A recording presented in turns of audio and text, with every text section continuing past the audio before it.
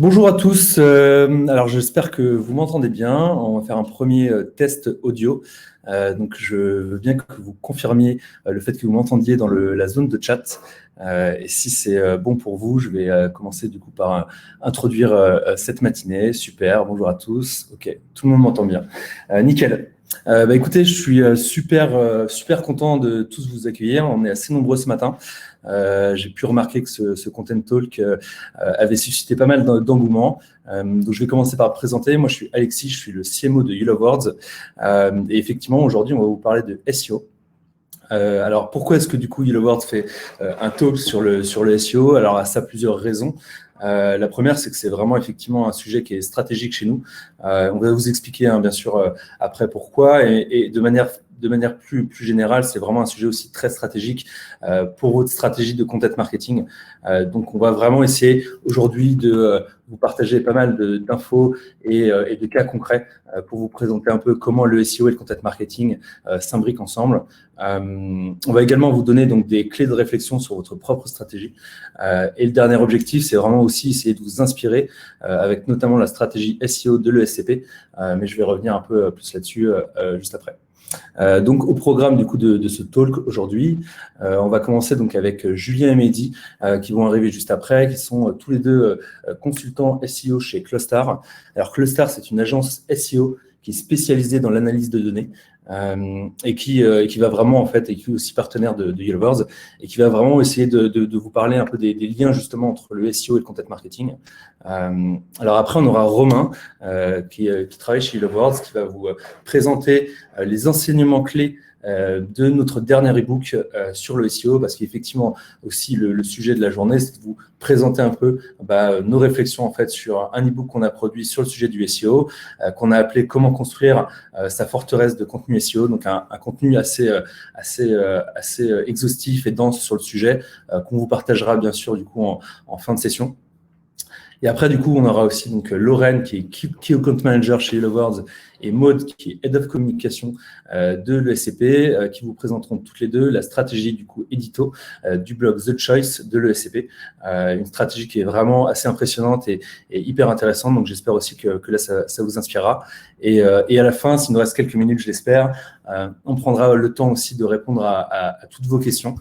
Donc, n'hésitez pas vraiment à poser vos questions dans la zone dédiée. Il y a une zone questions en fait, juste à côté du chat. Vous pouvez également du coup voter pour vos questions préférées. Et donc, à la fin, on prendra les questions qui ont le plus de votes et on y répondra dans l'ordre chronologique.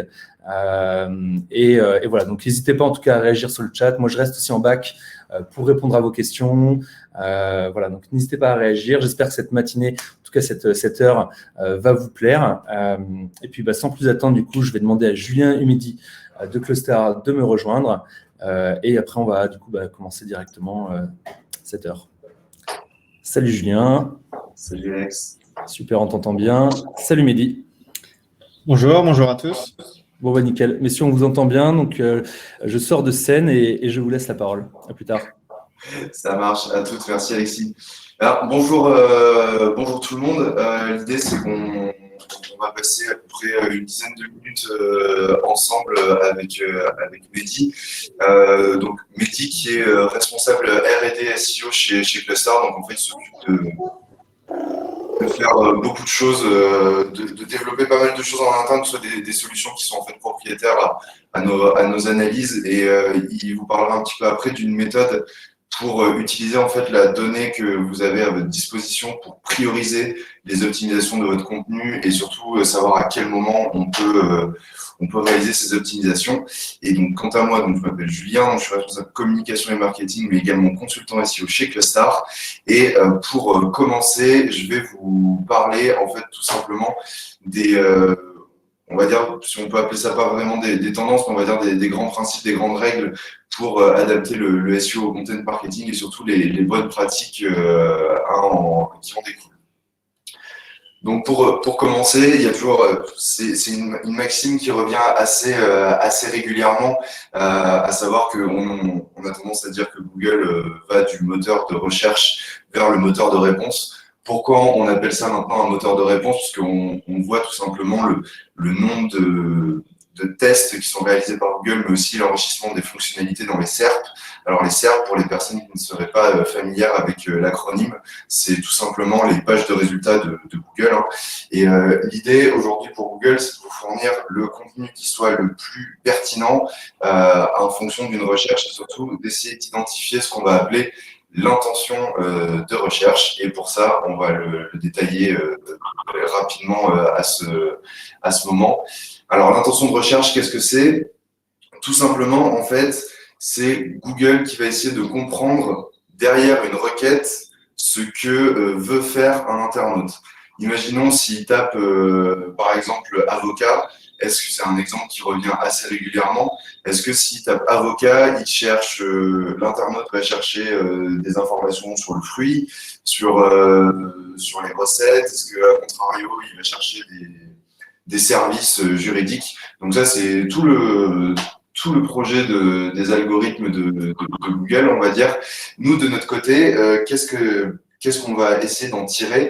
La première chose, c'est que en fait, pour comprendre cette intention de recherche, il n'a jamais été aussi important de connaître sa cible en fait en SEO. Et je sais que je crois Romain va revenir dessus un petit peu après. Mais l'idée de connaître sa cible, c'est surtout de savoir à qui l'on s'adresse. Et pour comprendre à qui l'on s'adresse, on va essayer de voir ce que recherche précisément votre cible sur un marché donné. En faisant ce type de recherche, typiquement, on va essayer aussi également de décomposer la SERP. Alors, comment ça se passe? Tout simplement, lorsqu'on va faire une recherche avec un mot-clé, je vais reprendre mon idée d'avocat.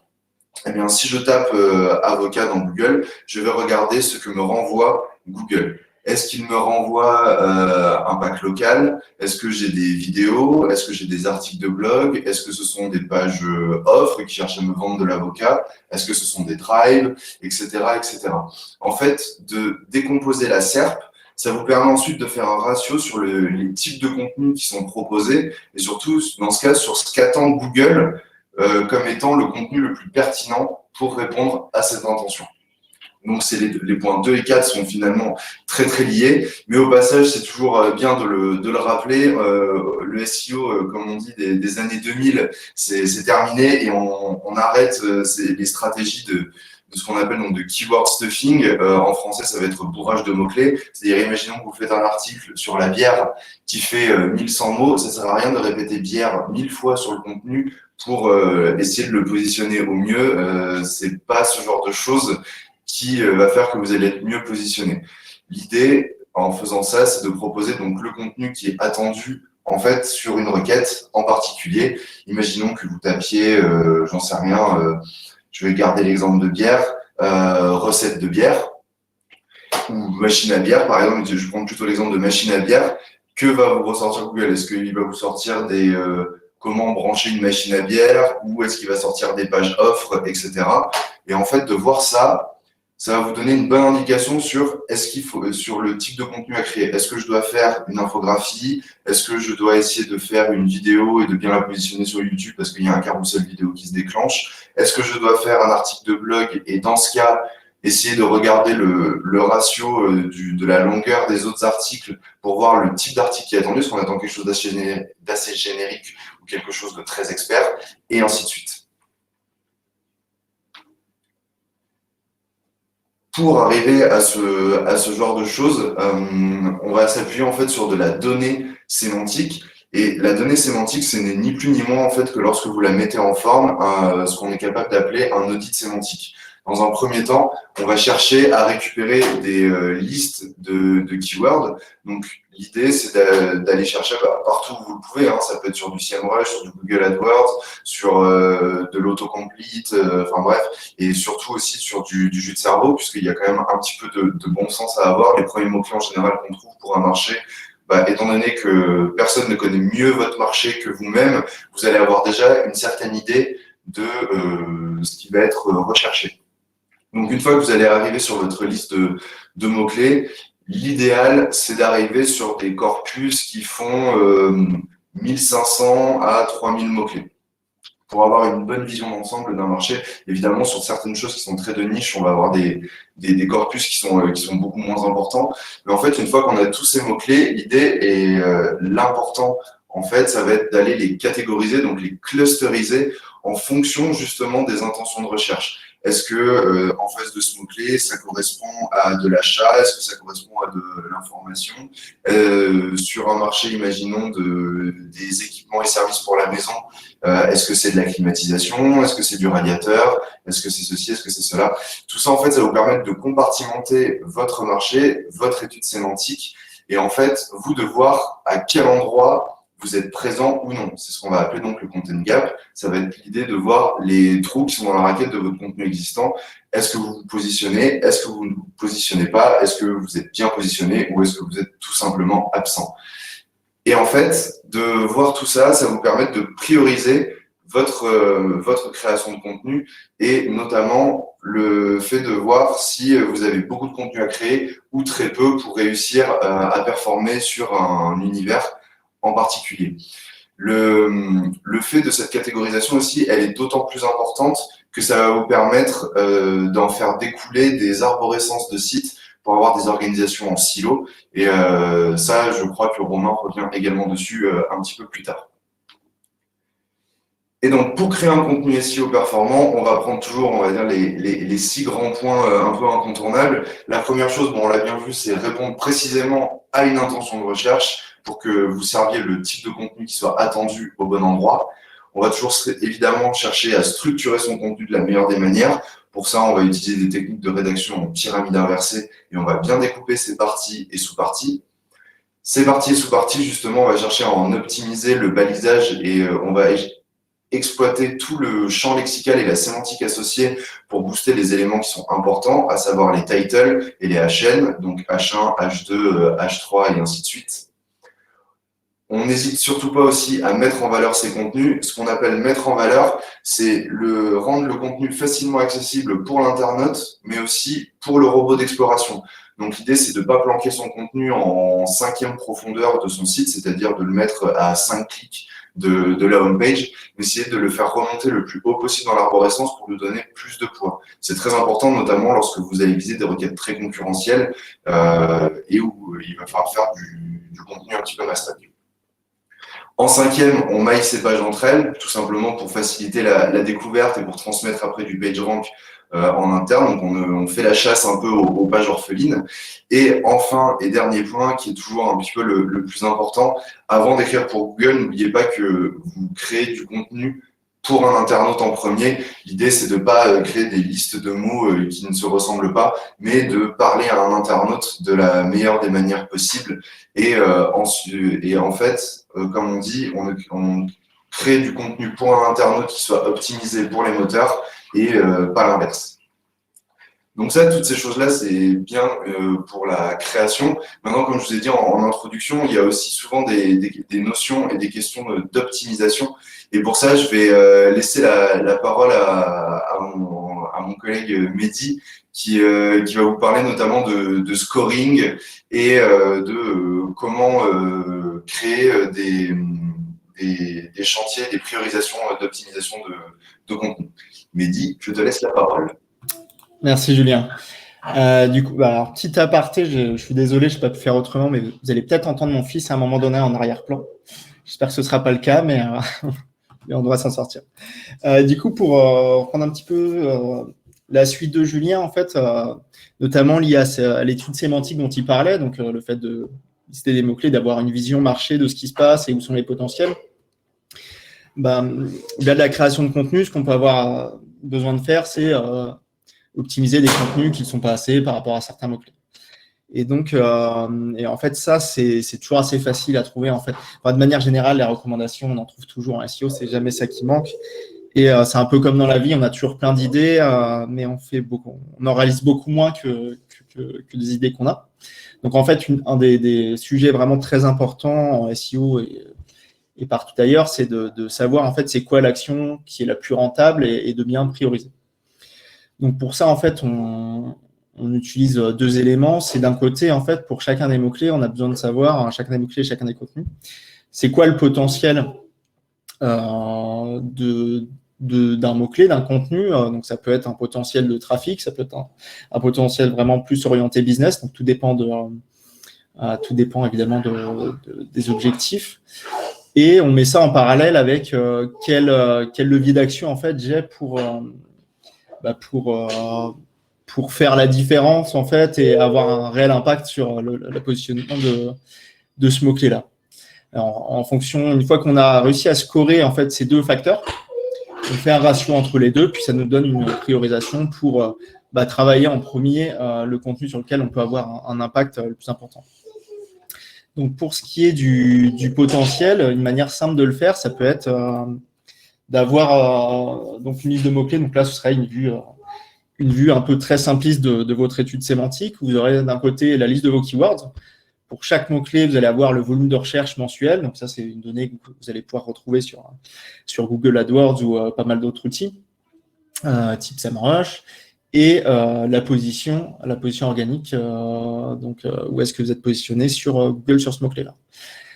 À côté de ça, avec des études génériques de taux de clic sur les pages de résultats de recherche, on sait par exemple que quand on est en première position, on a un taux de clic d'à peu près 32%, alors quand on est en 10e position, on est plutôt sur du 3%.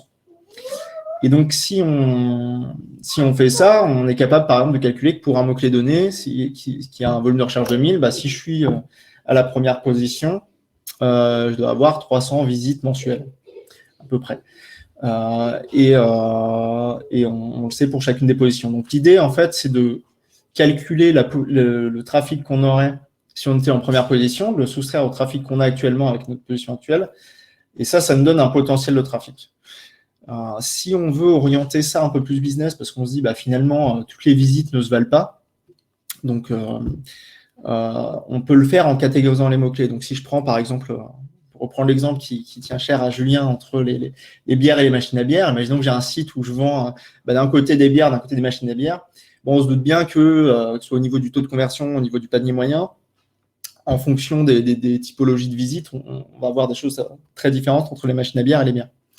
L'idée, c'est de catégoriser les mots-clés. Par exemple, en consultant sur Analytics, son outil d'Analytics, on peut se rendre compte que peut-être sur les visites liées aux machines à bière, on a chaque visite rapporte en moyenne 3 €, alors que sur juste les bières, ça rapporte en moyenne 1 € ou l'inverse.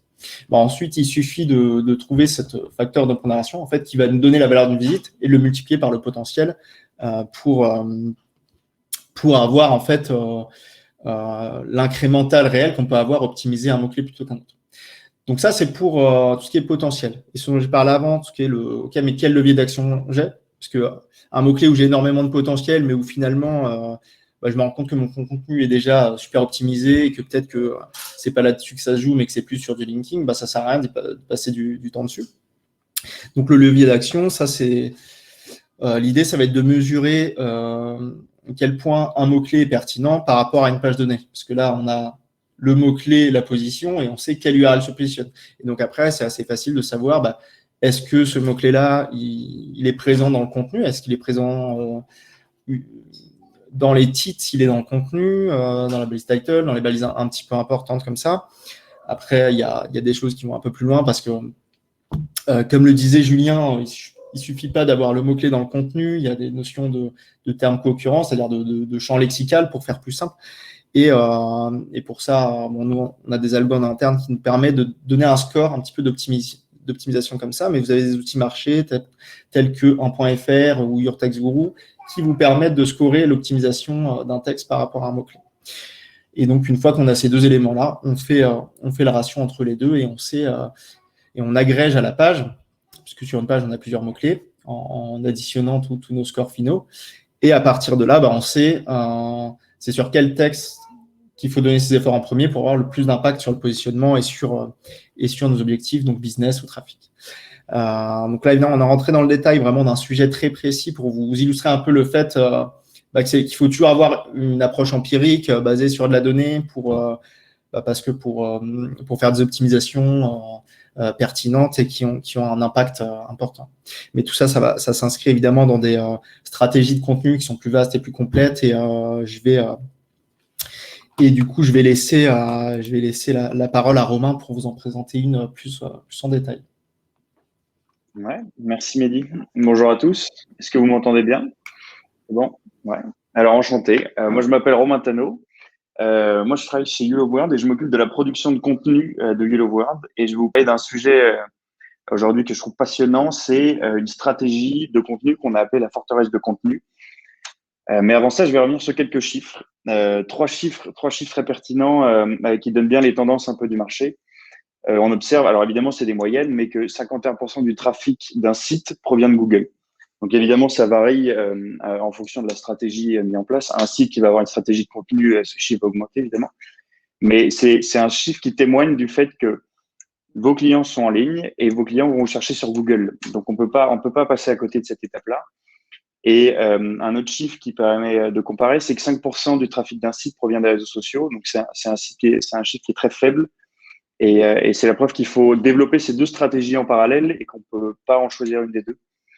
Et ensuite, un autre chiffre qui est assez parlant, c'est qu'il y a moins de 1% des gens qui vont sur la deuxième page. Et grosso modo, il y a 60% des clics qui sont sur les trois premières pages, trois premières positions Google. Donc, c'est la preuve que c'est un marché qui est très concurrentiel et qu'il faut tirer son épingle du jeu en étant présent dans les trois premières. Donc, pour faire ça, il va vous falloir une stratégie. Et une stratégie qu'on apprécie énormément, c'est la stratégie de la forteresse de contenu. Alors, forteresse de contenu, en fait, ça vient de l'anglais content moat. Moat, ça veut dire un avantage comparatif. C'est un terme qui est économique à la base. L'intérêt d'une forteresse de contenu, c'est qu'en fait, on va structurer ces sujets et ces contenus autour de topic clusters. Un topic cluster, à chaque fois, est appuyé avec une page pilier. Une page pilier, c'est une page sur laquelle on va pouvoir retrouver l'intégralité de l'information sur un contenu. Donc, on va structurer plusieurs topic clusters. Et l'objectif final, c'est d'avoir un avantage comparatif par rapport à ses concurrents.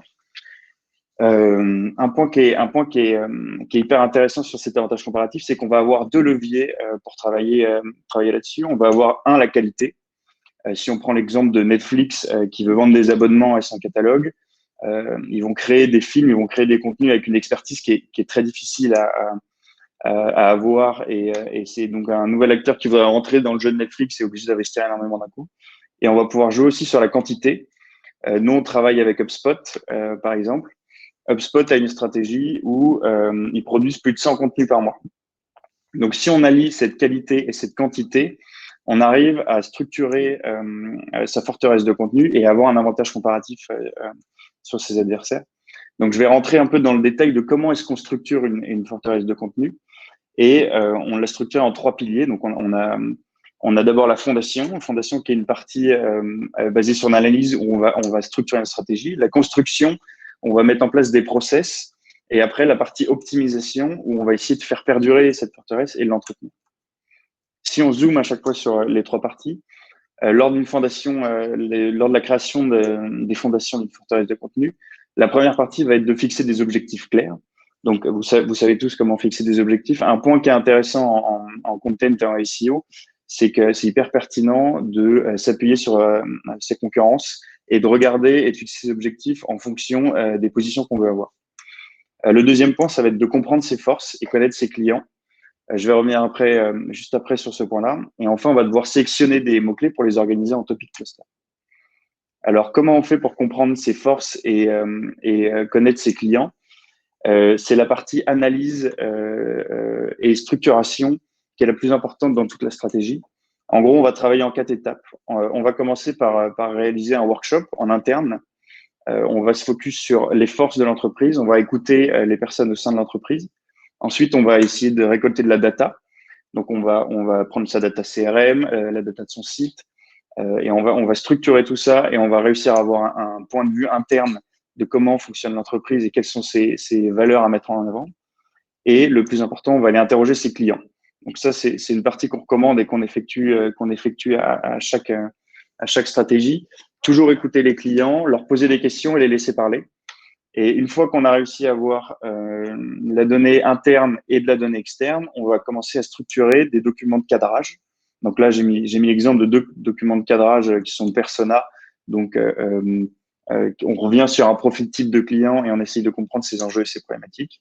Et un parcours client avec les différents points de contact que le client va avoir avec. Une fois qu'on a fait cette étape, on va sélectionner les mots-clés. Alors, une question qui revient souvent, c'est qu'est-ce que c'est qu'un bon mot-clé? Il y a plusieurs définitions, mais moi, c'est celle que j'adopte. C'est un bon mot-clé, c'est un mot-clé qui va vous générer du trafic productif et qui est adapté à vos moyens. Donc, faut pas aller chercher des mots-clés avec un volume extrêmement fort et hyper spécifique. Si on rentre dans une stratégie de contenu, il va falloir sélectionner les contenus qui sont adaptés à notre niveau et qui sont adaptés à nos ambitions. Ensuite, pour créer des listes de mots-clés, on en a parlé un peu tout à l'heure avec Julien, mais on va créer une liste, on va réfléchir à une liste de tous les mots-clés sur lesquels on a envie de prendre la parole et sur lesquels on est légitime pour prendre la parole. Ensuite, on va chercher à enrichir cette liste en utilisant des outils SEO. Et donc, on va avoir une liste de 100, 150 mots-clés. Et ensuite, on va les filtrer. Donc là, c'est une des méthodes, elle nous a été présentée par Mehdi. On va les filtrer en fonction de critères. Et à la fin, on va sélectionner une partie de ces mots-clés et on va les regrouper en topic cluster en fonction des différentes thématiques qu'on a choisies. La deuxième partie, une fois qu'on a posé les bases et qu'on a créé les fondations, qu'on connaît nos clients, qu'on sait ce qu'on va mettre en avant et qu'on a défini un topic cluster, on va passer à une partie plutôt construction. Donc, la construction, c'est le fait de mettre des process en place pour pouvoir définir une stratégie éditoriale, allouer des ressources à cette stratégie et pouvoir produire en quantité et mettre des process pour pouvoir produire en grande quantité des contenus à forte valeur ajoutée. Comment ça fonctionne? Alors, pour créer une stratégie éditoriale, la stratégie éditoriale, c'est un peu le guide de votre prise de parole. Le but au début, c'est de revenir sur ses forces. Donc là, on a vu cette étape. Ensuite, on va créer une identité éditoriale avec une ligne éditoriale qui va être forte. On va définir les territoires d'expression, donc souvent qui sont liés à nos topic clusters. Et on va définir sa tonalité avec laquelle on va prendre la parole. On va la dériver après sur différents supports de communication, soit sur des articles, soit sur le print. On va voir les différentes interactions entre ces supports. Et après, on va passer à une phase de déploiement. Donc, on va réfléchir à la fréquence de diffusion, le volume, quels canaux et à quelle période. Et ensuite, on va faire un travail qui est extrêmement important sur les backlinks et sur le maillage interne au sein d'un topic cluster. Le but, c'est que les contenus soient reliés entre eux pour qu'ils puissent se nourrir entre eux et que quelqu'un qui cherche à comprendre un sujet puisse avoir l'intégralité de la documentation à partir de premier point d'entrée. Ensuite, là, je vous ai mis un exemple que j'aime beaucoup, c'est comment est-ce qu'on valide un contenu et comment on met des process en place pour pouvoir produire en grande quantité tout en assurant de la qualité. Donc là, c'est le process de validation d'un contenu, donc en plusieurs étapes. Donc là, c'est l'exemple d'un article de blog avec une partie textuelle et une partie créative.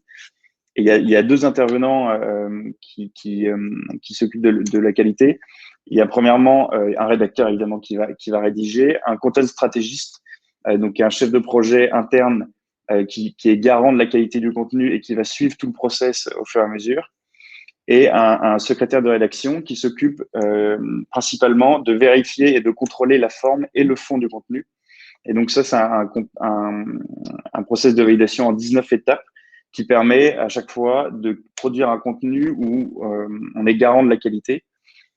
Tout le but du jeu dans une forteresse de contenu, c'est de produire le plus possible de contenu avec la meilleure qualité possible.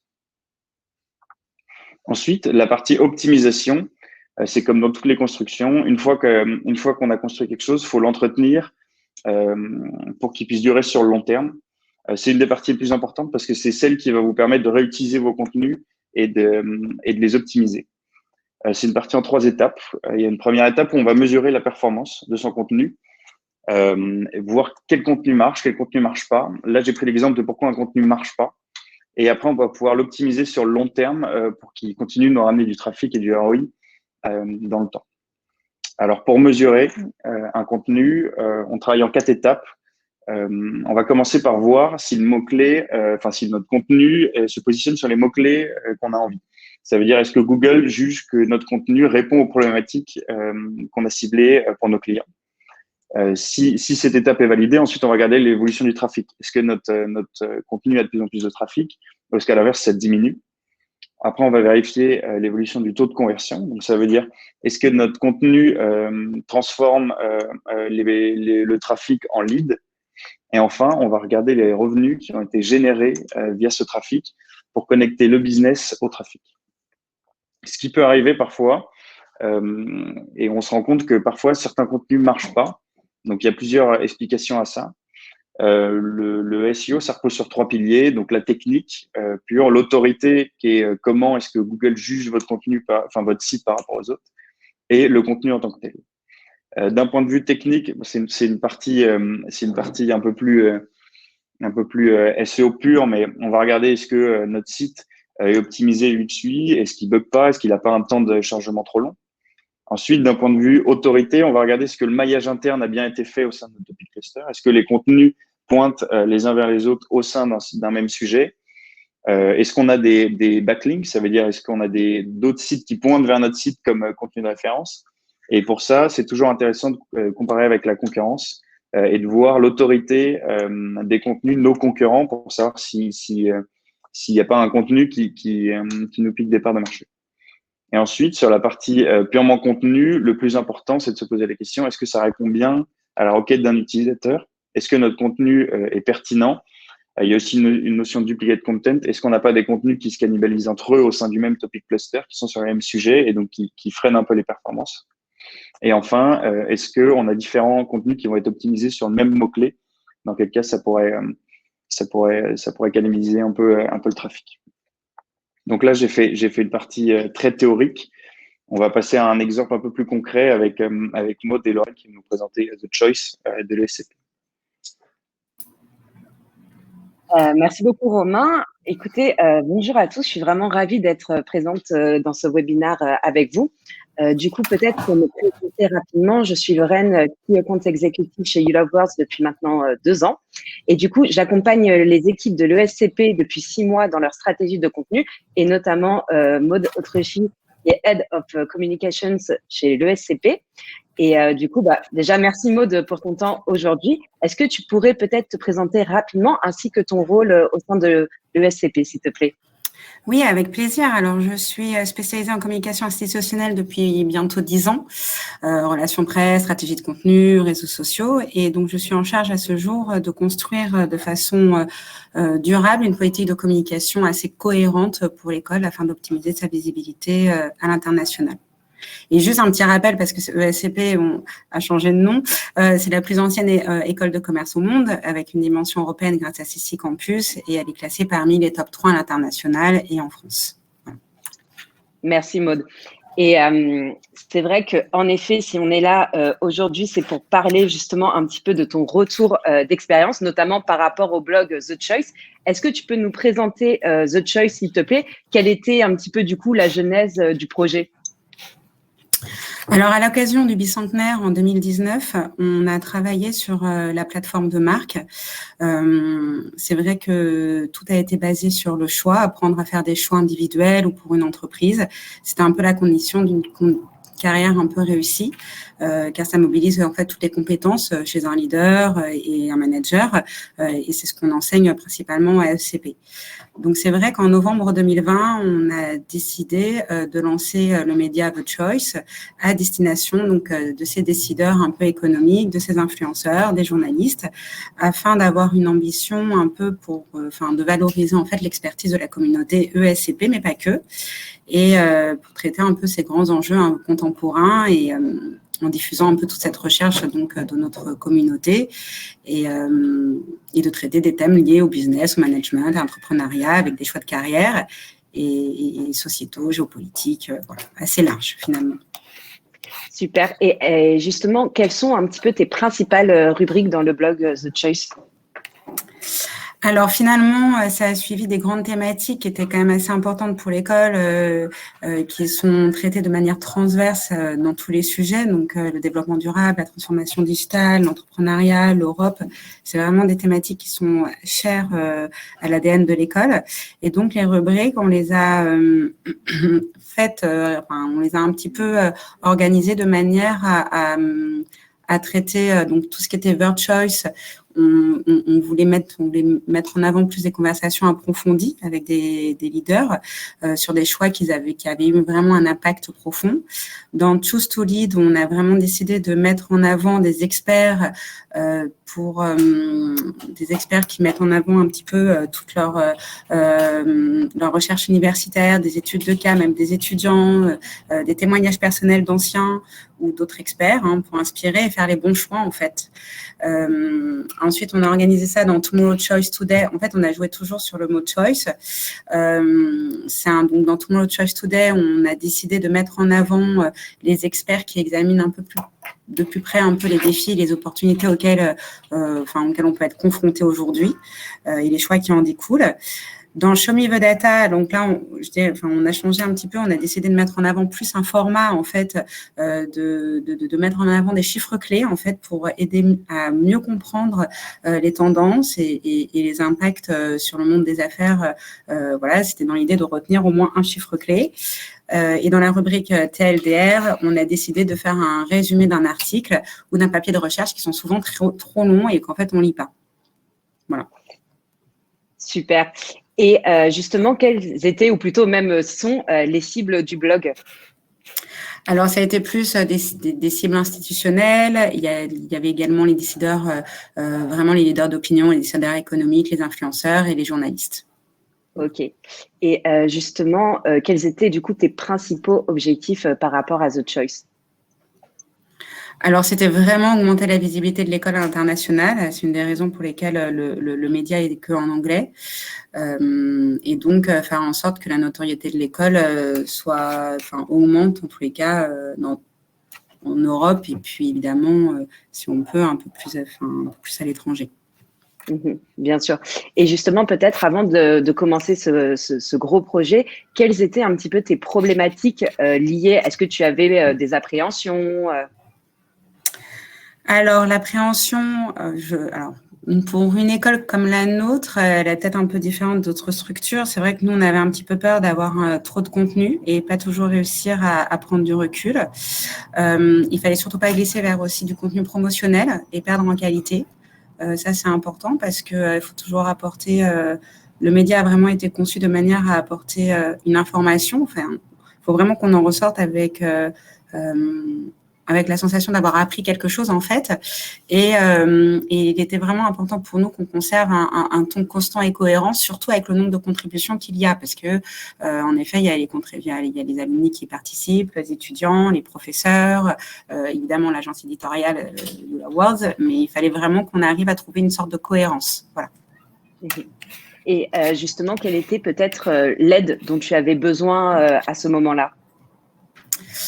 Alors, on a toujours besoin, puisque vous nous accompagnez, mais on avait besoin vraiment, on a fait le choix d'être accompagné par une agence éditoriale pour vraiment garder un cap, en fait, et optimiser évidemment le contenu selon les règles du SEO, parce que même si en tant que communicant, on connaît un petit peu différentes techniques, on sait normalement rédiger pour le web, parfois on a du mal à prendre du recul, et il fallait garder un peu vraiment faire en sorte que tout le contenu qu'on produit soit quand même pertinent pour notre audience, parce que c'est vraiment un réel média d'analyse pour nous. Voilà. D'accord. C'est vrai que, en effet, avant de produire du contenu pour The Choice, il fallait d'abord élaborer du coup la stratégie SEO et de contenu. Donc, peut-être pour un petit rappel, concrètement, une stratégie éditoriale, elle va se dérouler en 3 grandes étapes. Vous allez d'abord avoir un audit du blog, un benchmark de 3 acteurs qui peuvent être justement aussi des concurrents sur différents critères, et une demi-journée de workshop avec votre content stratégiste et vos différentes équipes. Justement, Maud, toi, tu avais participé du coup à ce workshop. Qu'en avais-tu pensé et surtout, qu'avais-tu pensé de la charte éditoriale qui a découlé justement de ce workshop? Clairement, on a mieux compris les règles du SEO. C'est très intéressant parce qu'on n'est pas forcément tous au même niveau, même au niveau des campus. Donc, c'est vrai que ça a permis d'avoir une cohérence, d'assurer une cohérence de contenu éditorial à travers nos différents, en Europe et nos différents communicants. Et puis, ça donne des bonnes pratiques quand même pour la rédaction du web et ça aide forcément nos contributeurs. Tout à fait. Et justement, est-ce que tu peux nous parler de ta ligne éditoriale, un laboratoire d'idées pour demain? C'est vraiment le fil rouge un petit peu de ta charte éditoriale. Alors, le positionnement d'une marque telle que la nôtre, elle peut pas passer par des messages auto-centrés forcément, que sur ESCP. Donc, l'idée, c'est quand même qu'on se base sur la capacité à partager un peu, librement une vraie vision, en fait, ses valeurs, ses contenus. Et chaque mois, nous abordons donc un sujet pendant le comité éditorial qu'on a mis en place avec un rédacteur en chef éphémère. Donc, on invite un professeur, un alumni sur une thématique donnée et ça nous permet d'exploiter et d'envisager un peu toutes les thématiques des articles, ce fameux champ sémantique dont vous parliez avant et de regarder un petit peu comment on peut maximiser ça. C'est exactement ça. En fait, une fois que justement nous avons élaboré la stratégie et que la tonalité est posée, nous, on peut se mettre justement à la recherche aussi des différents talents pour produire le contenu. Chez You Love World, justement, on a plus de 5000 talents en France et à l'international. Et pour nous, le but, c'est vraiment de trouver les meilleurs talents experts pour votre projet, justement, et pour répondre à vos objectifs stratégiques. Donc, une fois que les talents sont sélectionnés, on peut justement commencer la production. Est-ce que justement, Maud, tu pourrais nous dire un petit peu quel est le volume de production que l'on fait ensemble? Alors, l'agence, elle se charge de 4 articles par mois et notamment est aussi responsable des 2 séries de podcasts qu'on a lancées pour The Choice, donc de 5 épisodes chacune. Sinon, en moyenne, on produit une 30aine d'articles en interne. Super. Et est-ce que tu peux nous parler un petit peu du coup du day-to-day de la production? Comment ça se passe un petit peu Alors, The Choice est un vrai projet d'équipe qui est piloté par une collaboratrice recrutée spécifiquement, Émilie Oliarchuk, qui accompagne et qui gère tout ce projet. Et on travaille également donc avec toutes les équipes de communication, de valorisation des chaires et de la recherche, avec les campus ainsi que l'agence, fondée par un ancien et qui nous accompagne donc depuis janvier 2021. Et du coup aussi, tu nous disais qu'en effet, il y a de la production d'articles et il y avait aussi 2 séries de podcasts. Et justement, est-ce que tu peux nous en dire peut-être un peu plus sur d'où vient l'idée du podcast, de la série en tout cas? Alors, sur la forme, on avait beaucoup d'idées de formats. C'est pour ça que si vous allez sur votre Choice, vous trouverez notamment tout ce qui est stories, parce que notamment Le Figaro, Le Monde fait ce genre de choses. Donc, on avait vraiment envie de viser un public un peu de décideurs qui ont peu de temps, qui veulent apprendre et découvrir de nouvelles idées, tout en mettant à profit un peu leur rare temps mort.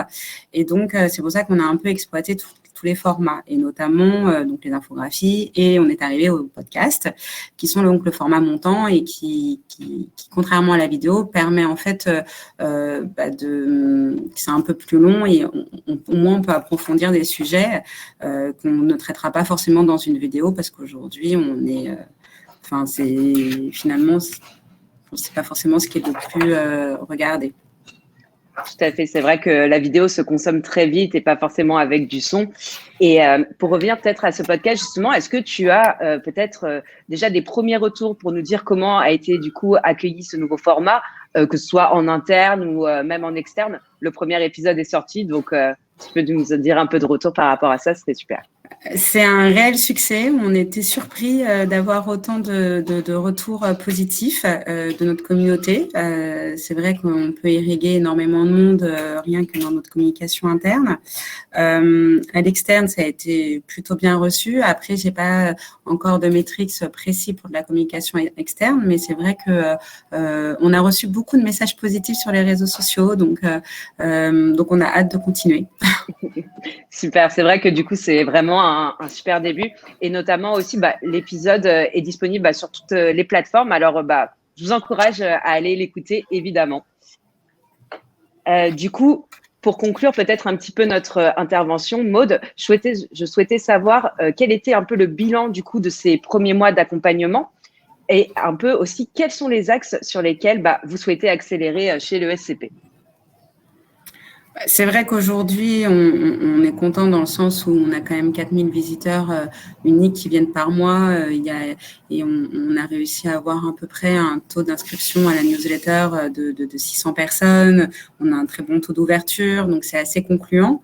Maintenant, la priorité est bien entendu de l'acquisition, de la fidélisation en fait de notre communauté, donc à ce média qu'on puisse continuer à avoir du sens et à produire du contenu de qualité. Génial. Que de très beaux projets du coup à venir. Maud, je tenais encore à te remercier pour ton temps et surtout pour tes feedbacks. C'est toujours hyper précieux d'avoir des retours clients. Et j'étais vraiment ravie de faire ce webinaire avec toi. Du coup, moi, je vais repasser la parole à Alexis Chevalier pour conclure cet événement. Super, merci Lorraine.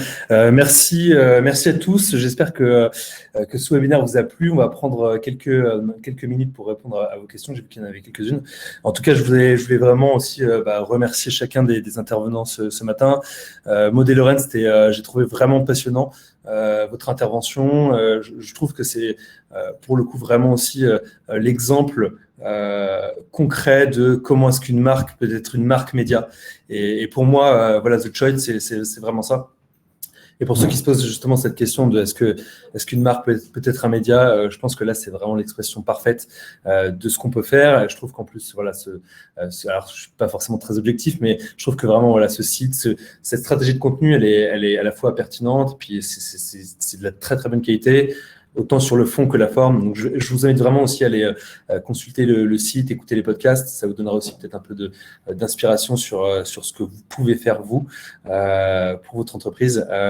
Et merci également à Romain, Mehdi et Julien pour vos interventions qui étaient aussi passionnantes et qui nous ont permis aussi de réfléchir un peu plus à la stratégie, aux fondations, aux bases d'une stratégie SEO, et j'ai trouvé que c'était aussi hyper pertinent. Je vais prendre du coup les questions dans l'ordre du nombre de votes. Je vois qu'on en a eu quelques-unes. J'ai vu aussi que Julien et Mehdi, vous avez commencé à répondre à certaines des questions, et donc ça c'est parfait. Alors, la question qui a été le plus votée est donc celle de Stéphane, et Julien, on en avait un peu parlé hier quand on répétait. On s'était dit qu'on aurait cette question qui revient assez souvent. Donc, Julien, je vais te laisser répondre sur justement quels sont les avantages d'une forteresse de contenu par rapport à un cocon sémantique. Dans quel cas est-ce que la forteresse est la plus adaptée? C'est vrai que la question se pose. C'est une question tout à fait légitime. Donc, Julien, je te laisse y répondre.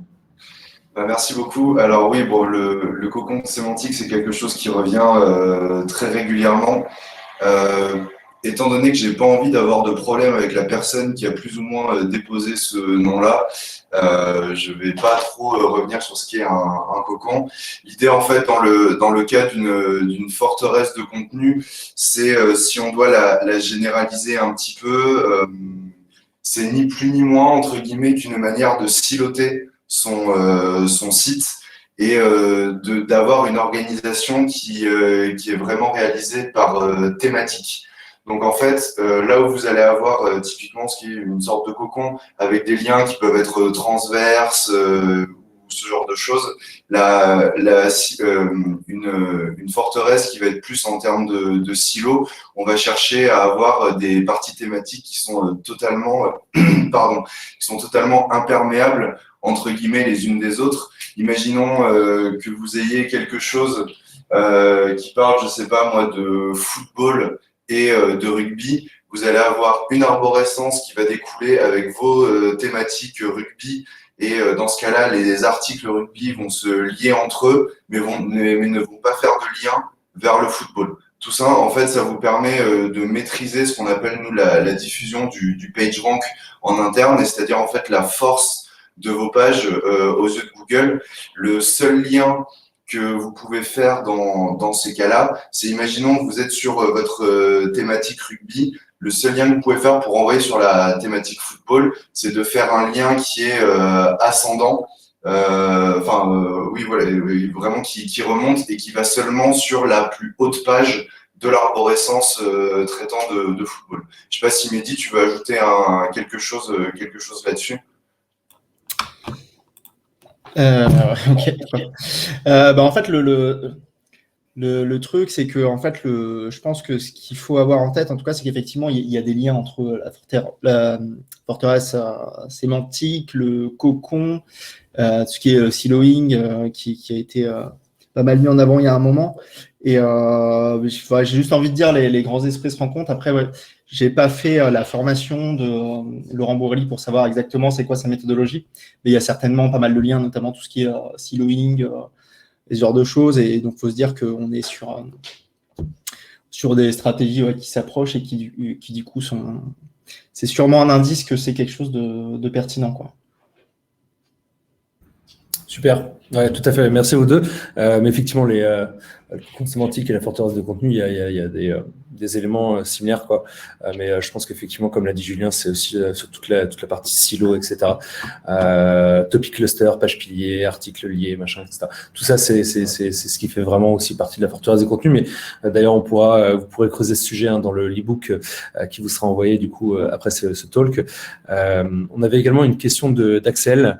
Alors qui se demandait quelle était l'évolution du nombre de visiteurs uniques sur le blog The Choice suite à l'accompagnement du coup Paris Awards.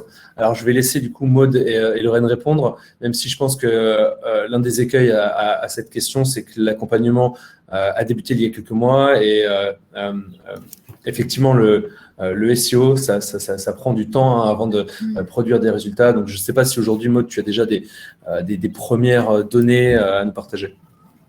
En fait, c'est vrai qu'on a lancé quand même le média qu'en novembre dernier.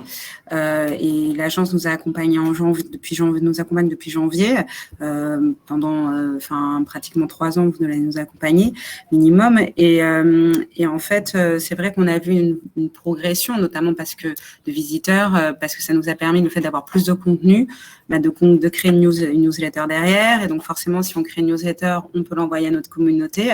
Et donc ça nous a permis de construire aussi et de voir qu'en fait, en effet, le nombre de visiteurs uniques par mois va augmenter. Donc aujourd'hui, on est à peu près à 4000 visiteurs, mais depuis le lancement, on en a eu à peu près 18 000. Voilà, donc ça peut donner la progression. C'est vrai que je pense que c'est une question aussi de nombre de contenus. Oui, tout à fait.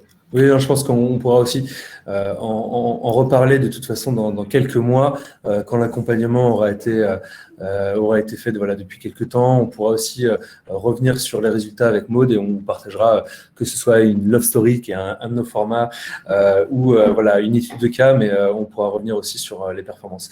Je voulais répondre également à une question de Perrine qui est revenue 2 fois. Pillar Page, forteresse de contenu, c'est la méthode HubSpot. Alors, effectivement, c'est une méthode qui a été notamment théorisée par HubSpot et qui fonctionne effectivement très très bien.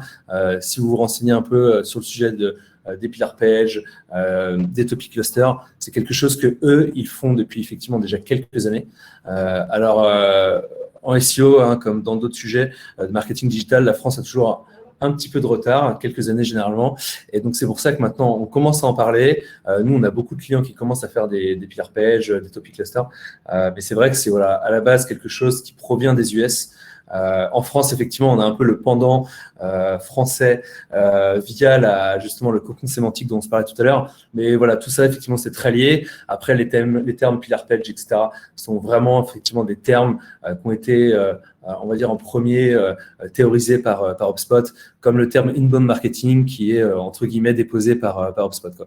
Mais voilà, en tout cas, nous on est en plus très très fans de leur stratégie et de leur approche sur le contenu, donc n'hésitez pas aussi à aller consulter leurs articles, c'est toujours super intéressant. Alors, qu'est-ce qu'on avait d'autre comme question? On avait une question de Mywen sur les backlinks, comment obtenir des backlinks. Alors moi, je vais pouvoir vous apporter quelques éléments de réponse et après Julien ou Mehdi, si vous voulez appuyer ma réponse. Je dirais que sur la partie backlink, il y a effectivement différentes stratégies. Déjà, je pense que tout va dépendre aussi du contenu que vous allez produire. En fonction de la typologie de vos contenus, vous allez avoir des contenus qui vont être beaucoup plus à même de générer des backlinks. Typiquement, un contenu dans lequel vous allez avoir des statistiques, des données de recherche, etc., des choses comme ça. Ça, c'est des éléments qui peuvent être repris par des médias, par d'autres blogs, des experts, des influenceurs, etc., etc. Ça, c'est des contenus qui vont vous générer des backlinks, on va dire, de manière assez organique. Après, il va y avoir des stratégies, et là, il y en a plein, on va dire d'outbound ou de prospection, pour parler français. Et là, vous allez vraiment faire le travail aussi. Donc ça, c'est, Julien en parlait aussi un peu tout à l'heure sur tout ce qui est analyse via des outils type Ahref, SEMrush, SEMrush, etc.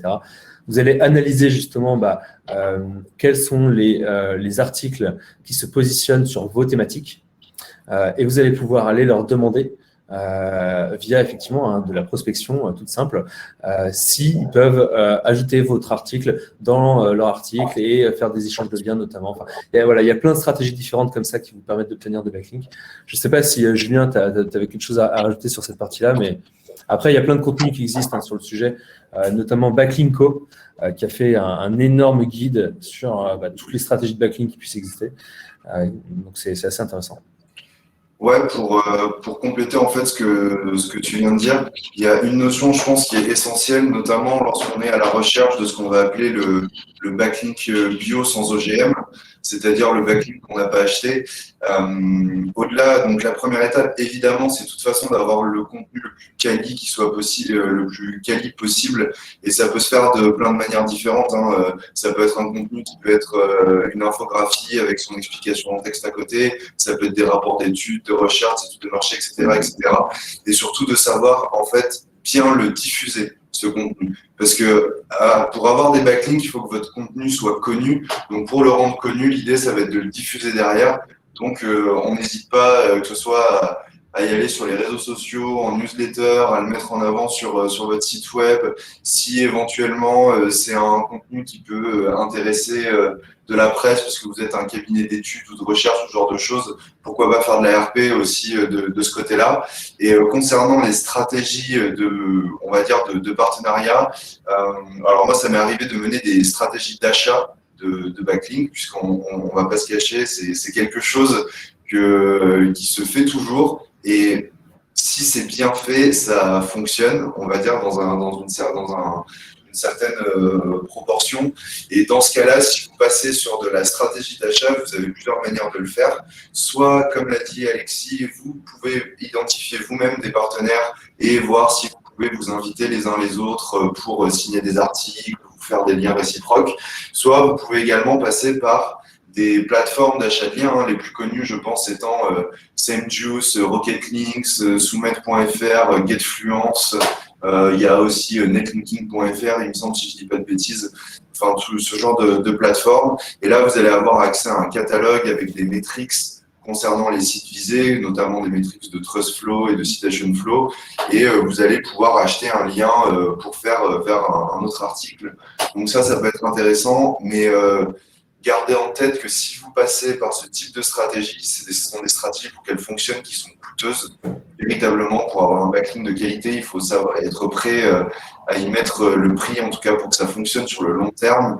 Et ça passe par une analyse assez complète en amont, qui est vous de voir déjà votre niveau d'autorité en termes de liens aux yeux de Google. Donc, on va faire ce qu'on appelle un audit de profil de lien, et surtout de voir est-ce que c'est nécessaire pour positionner une page.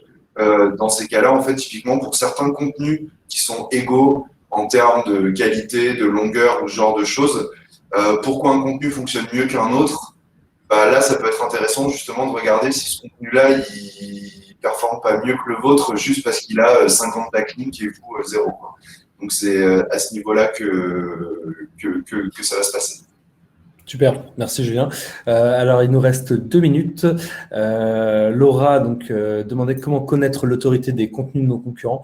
Eh bien, écoutez ça, c'est pareil, vous pouvez utiliser des outils comme SEMrush ou Ahrefs, qui est mon petit préféré personnellement, mais où vous allez pouvoir justement avoir la liste en fait des contenus qui rankent sur une thématique, un mot-clé bien précis, et puis regarder justement par rapport, en fait, c'est un score que va déterminer l'outil par rapport à plein de données. Et c'est un score de difficulté ou d'autorité du nom de domaine. Et en fait, en faisant la comparaison entre tous les contenus qui se positionnent dans les résultats de recherche, vous allez pouvoir justement voir un peu quelle est la difficulté de se positionner au-dessus des contenus qui sont positionnés par vos concurrents. Je ne sais pas si j'ai été très clair, mais en tout cas, vous pouvez trouver cette information-là sur des outils type Ahrefs ou SEMrush.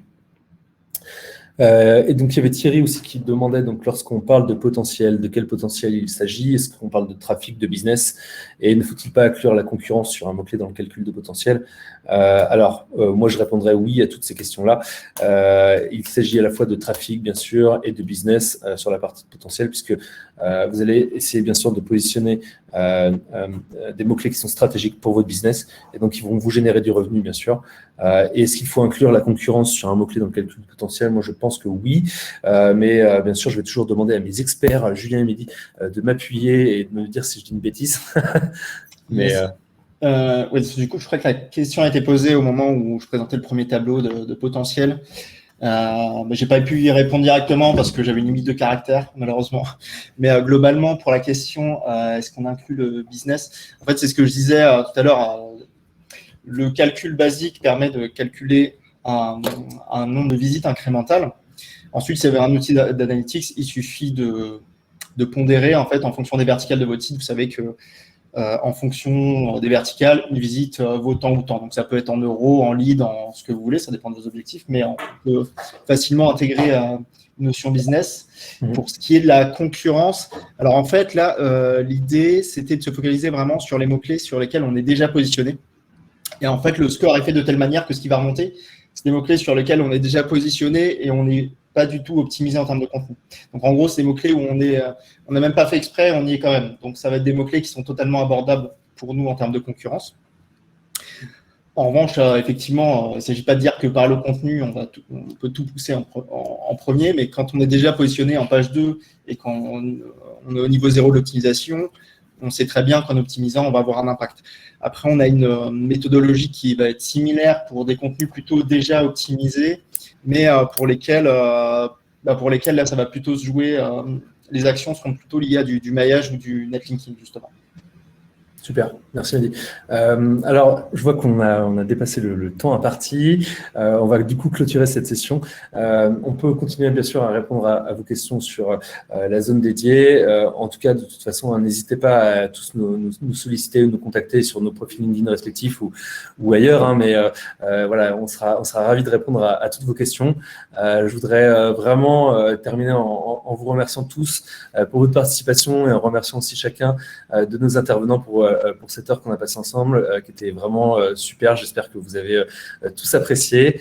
En tout cas, voilà, merci à tous. Je vous souhaite une très bonne journée et je vous dis à très bientôt pour du coup le prochain Content Talk dans quelques semaines. Merci à tous. Bonne journée.